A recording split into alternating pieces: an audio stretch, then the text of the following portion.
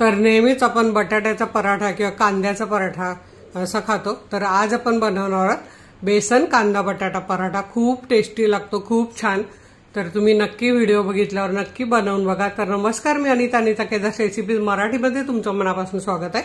तर चला आज आपण बघूया बेसन कांदा बटाटा पराठा। बेसन कांदा बटाट्याचा पराठा बनवण्यासाठी इथे मी घेतलाय पाऊण कप बेसन, पाऊण कप कांदा आणि एक मोठा बटाटा घेतलेला आहे, उकडून घेतलेला आहे। कोथिंबीर आपल्याला 1 कप लागणार आहे आणि बाकीचं सर्व साहित्य आहे। तर आधी आपण आतलं सारण बनवून घेऊया। पराठ्याचं सारण बनवण्यासाठी 2 चमचे तेल मी गरम केलंय, त्यात पाऊण चमचा जिरं घालायचंय आणि इथे आपलं आता जिरं छान फुललं आहे। जिरं फुलल्यावर त्यात घालायचे आपण जे बेसन घेतलं ते आणि बारीक गॅसवर हे 3-4 मिनिटं छान सतत असं हलवत भाजून घ्यायचं आहे। आता इथे बघा आपली जवळजवळ 3-4 मिनिटं झालेली आहेत। बेसन छान भाजलं गेलेलं आहे। त्यात आपल्याला घालायचा आहे हा आपण बारीक कापून घेतलेला कांदा आणि हा 2 मिनिटं छान परतून घ्यायचा आहे बेसनमध्ये। आता आपला कांदा पण छान 2 मिनिटं भाजून झालेला आहे, बघा रंग बदललेला आहे। आता यात आपल्याला काही मसाले घालायचे आहेत। त्याआधी आपल्याला आलं आणि मिरचीचा ठेचा घालून घ्यायचा आहे 1 चमचा। तर हा बघा आलं आणि मिरची मी बारीक करून घेतलेली आणि तो मिक्स करून घेऊया। आलं आणि मिरची मिक्स करून झाली। आता आपण यात 2 चिमूट हिंग घालूया आणि बाकीचे मसाले घालून घेऊया। एक अर्धा चमचा आपल्याला इथे हळद घालायची आहे आणि काश्मीरी आणि बेडगी मिरचीचं तिखट 1 चमचाभर घालायचं आहे। तुम्हाला जितकं तिखट पाहिजे तुमचे मुलं खातील किंवा घरातले खातील तसं बनवा। 1 चमचा आमचूर पावडर आणि यात आपल्याला चवीप्रमाणे मीठ घालायचं आणि हे छान मिक्स करून घ्यायचं।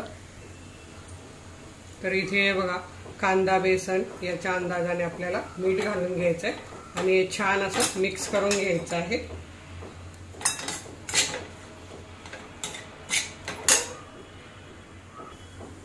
आपले मसाले पण यात छान मिक्स झालेले आहे। आता आपण यात थोडीशी कोथिंबीर घालून घेऊया आणि बटाटा किसून घालायचा आहे। जो आपण उकडून घेतलेला बटाटा आहे तो यात किसून घालायचा आहे।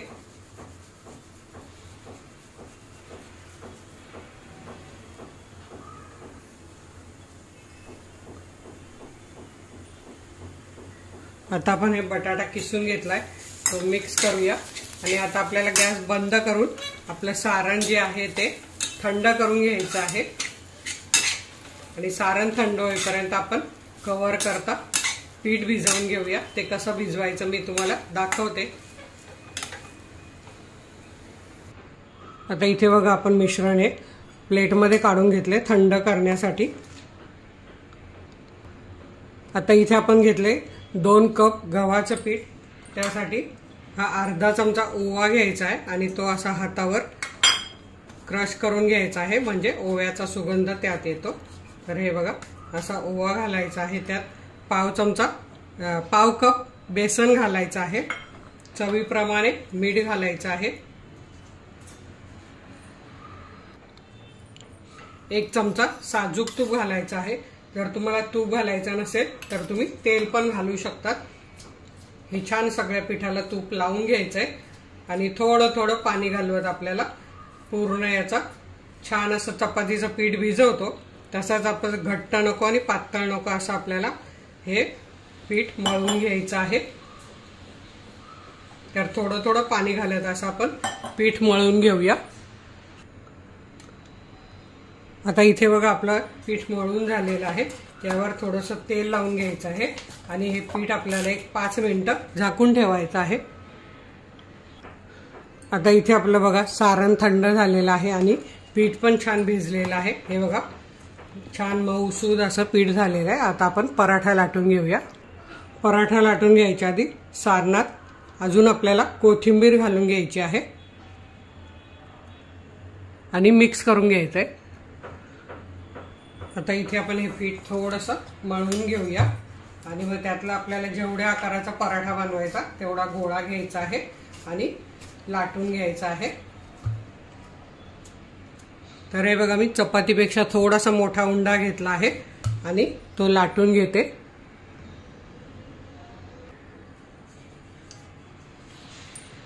सगळीकडे सारखा असा गोल लाटून घ्यायचा आहे। आता इथे बघा आपण लांबट आकाराचा पराठा बनवणार आहोत, त्यामुळे मी अशी मध्यम आकाराची चपाती बनवून घेतलेली आहे, कारण माझ्या चपात्या मोठ्या असतात म्हणून मी सांगते। तर यात आपण हे मिश्रण घालून घेऊया। तुम्हाला गोल पण मी दाखवणार आहे किंवा चौकोनी पण आपण बनवू शकतात, जसं तुम्हाला आवडेल तसं तुम्ही बनवू शकतात। आता इथे बघा भरपूर असं सारण मी घातलेलं आहे आणि त्यात ते असं प्लेन करून घ्यायचं, म्हणजे आपल्याला पराठा लाटायला सोपं जातं आणि जास्तच थोडं सारण भरायचं आहे, त्यामुळे चव अप्रतिम लागते। आता इथे आपण हे असं मोडून घेऊया आणि इकडे पण असं, आता इकडून पण असं लाटून थापून घेऊया आणि हे असं दाबून घ्यायचं आहे छानपैकी। आणि आता आपल्याला याचा थोडासा लाटून घ्यायचा आहे, अगदी जास्त पण लाटायचा नाही। तर ही आपण जी दाबून घेतलेली साईड आहे ती अशी खाली करायची, म्हणजे ती लाटली जाते छान। तर हे बघा असं लांबट असं आपण आज पराठा बनवूया, म्हणजे मुलांना काहीतरी वेगळं खायला छान वाटतं। आता बघा आपला इथे थोडासा लाटून झालेला आहे आणि जी दाबून घेतलेली साईड आहे ती आपल्याला अशी वर करून घ्यायची आहे आणि ती तव्यावर खाली घालायची आहे। आता इथे मी हा माझा लोखंडी तवा बारीक गॅसवर तापवून घेतलेला आहे, त्यावर तूप आधी घालून घ्यायचं आहे। तुम्ही तेल पण घालू शकतात, बटर पण घालू शकतात। आणि हा असा जी आपण चिकटवून घेतलेली किंवा दाबून घेतलेली साईड आहे ती खाली घालायची आणि छान असा भाजून घ्यायचा आहे आणि बारीक गॅसवरच भाजायचं, म्हणजे छान खरपूस भाजलं जातं। आणि नंतर मग आपण एक अर्ध्या मिनिटाने पलटी करूया, तोपर्यंत आपण दुसऱ्या पराठ्याची तयारी करूया।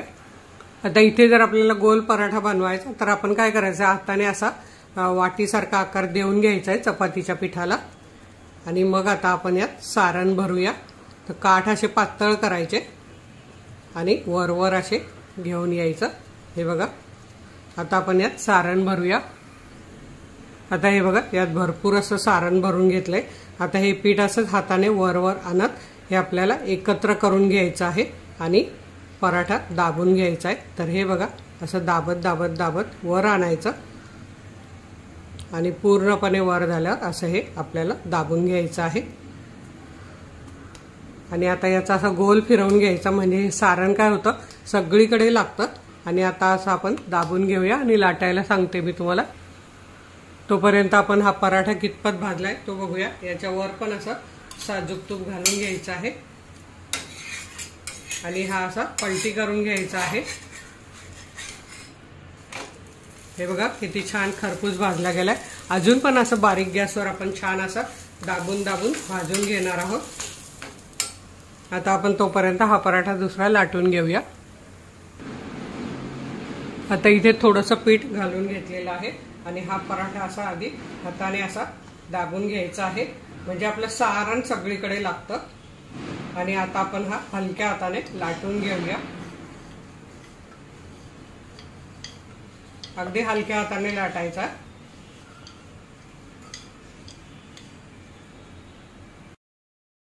तर इथे तुम्ही बघू शकता आपला दुसरा पराठा लाटून झालेला आहे।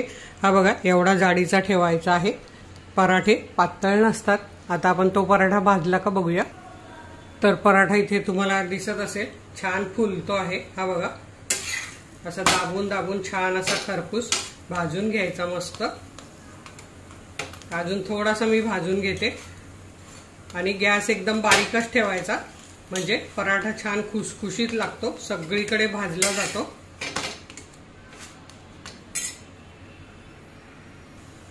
तर आता इथे आपला पराठा छान खरपूस भाजला गेलेला आहे, आपण काढून घेऊया।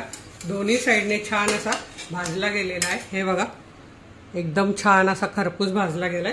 आता आपण हा दुसरा पराठा पण भाजून घेऊया। तर थोडंसं आधी तूप घालायचंय, नाही घातलं तरी हे चालेल।